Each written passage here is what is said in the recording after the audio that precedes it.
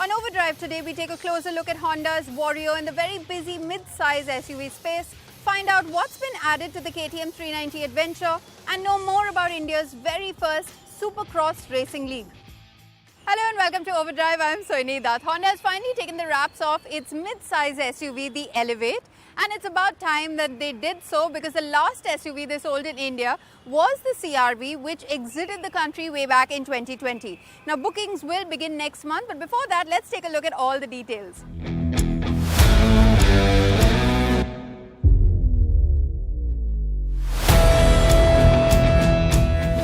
And this is the much-awaited Honda Elevate. I'm going to call it I'll Wait, because you see, Honda has completed 25 years in India and they've made their fans wait for a rather long time for this SUV, that proper Creta rival. Let me give you a closer look.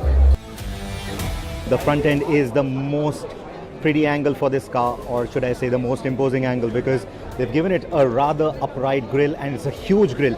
In fact, in the white color, it almost looks like a mini Land Cruiser, and that's with all the horizontal detailing that you see for the headlights, and that interfacing with this upright grille. I think that front end looks really good.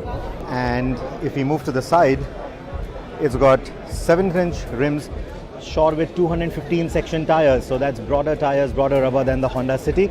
In terms of the cladding, you get the squared wheel arches, and the cladding is nice and thick, so that gives it that muscular SUV look. And if you look at the bonnet, it's pretty flat. It's a clamshell bonnet.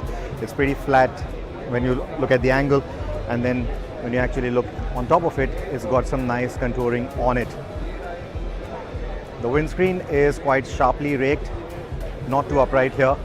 It may not look very tall to you, but honestly it is quite a tall car, at least in terms of the dimensions. It's taller not just than the Volkswagen Tiguan and the Kushaq, but also taller than the Seltos or the Creta. And in terms of the width, it is wider than the Volkswagen siblings, the Tiguan and the Kushaq, and the wheelbase is as much as the Tiguan. So you again get LED tail lights. You can see the design inspiration or the design language being very similar to the Honda City or even the Amaze for that matter. And you see the IV Tech badging. I'm going to come to that in a bit, but here what this hides is a 458-liter boot, which again is a pretty good number. That was a spare wheel, but this is the kind of boot space that you get. It's a little contoured here. The wheel arches are coming in, the wheel wells are sort of coming in, but I think overall it's pretty generous, the kind of space that they've given you. And here is your spare wheel. So that's the cabin. So you get this forward finish here. It's got a satin finish on top of it, and then you get this dark brown upholstery. It's not the typical beige upholstery that we see with Honda and Hyundai cars. This is a nice brown upholstery that you get here. That brown and black, that interface is looking quite nice. You get a 10.25-inch screen up here. You can see the reversing camera feed coming through, so it doesn't get a 360-degree camera, you get a reversing camera. And there, if you see underneath, yeah, that's Ritesh pointing that out. So that is the lane watch camera, so it will tell you if anyone is in your blind spot. That is the steering wheel for you, multifunction steering wheel. You also get a 7-inch multi-info display, and it's very much like what we've seen in the Honda City, where the speedometer needle is an analog needle and the rest of the display is TFT. So that similar configuration carries through. So 7-inch for that, 10.25-inch for this. You also get the Honda Connect tech with it. Up here you get the wireless charger, you get 2 USB-A ports, you also get a 12-volt socket here, 2 cup holders. This is the 6-speed manual. You get some more storage space here. These are the door pads, 1 big bottle and some space for knickknacks, more space for knickknacks here. You only get 2 headrests. These are very similar seats to what you get in the Honda City, but you only get 2 adjustable headrests. So the rear seat is only good enough for 2 adults and a kid. You see the IV Tech badge, you haven't seen a hybrid anywhere. That's because the hybrid is not yet launched. It will come at a later date. As of now, what you get is the 1.5-liter engine from the Honda City. It puts out 121 PS and 145 Newton meters of torque. And while Honda hasn't given out the figures yet, they claim that it will have best-in-class emissions and best-in-class fuel economy as well.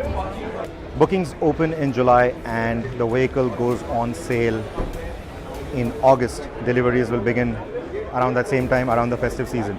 And in terms of the safety, despite that upright grille, despite the tall stance of the front end, pedestrian safety is going to be best in class, is what Honda says. And you can see the camera right here.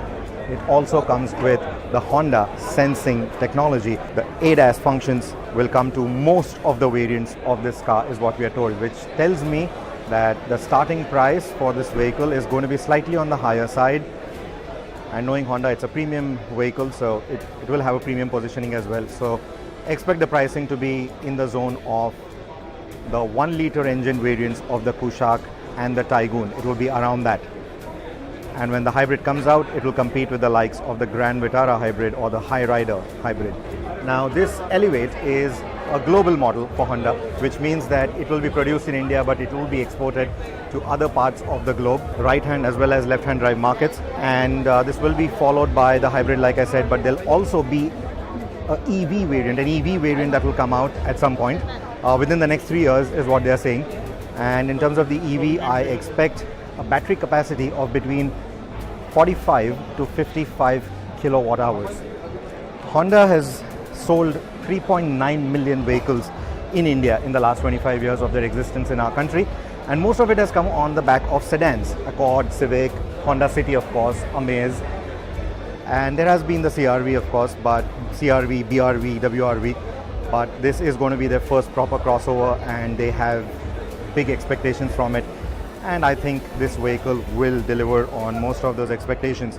Currently, the Tapukara plant has a plant capacity of about 180,000 units, and yes, to prepare for Elevate, we've been increasing and ramping up our production. So we have a capacity we are producing about 540 cars per day till last year. Now this has been actually increased, so 620 cars. Definitely we like to be in the SUV growing segment. That is how the Elevate is being designed. So we have done a lot of extensive surveys in the market and what people they actually want from their SUV. What do they expect Honda to make an SUV like? So with all that survey knowledge, we have made and designed this car specifically for Indian market.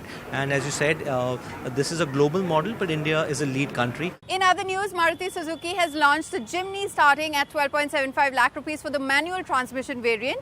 But if you were to go for the top end automatic trim, you would have to shell out somewhere close to 18 lakh rupees on road.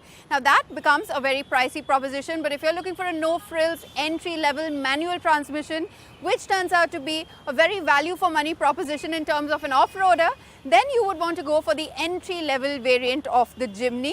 We'll take a very quick break here on the show, but coming up on the other side, we tell you all about the KTM 390 Adventure.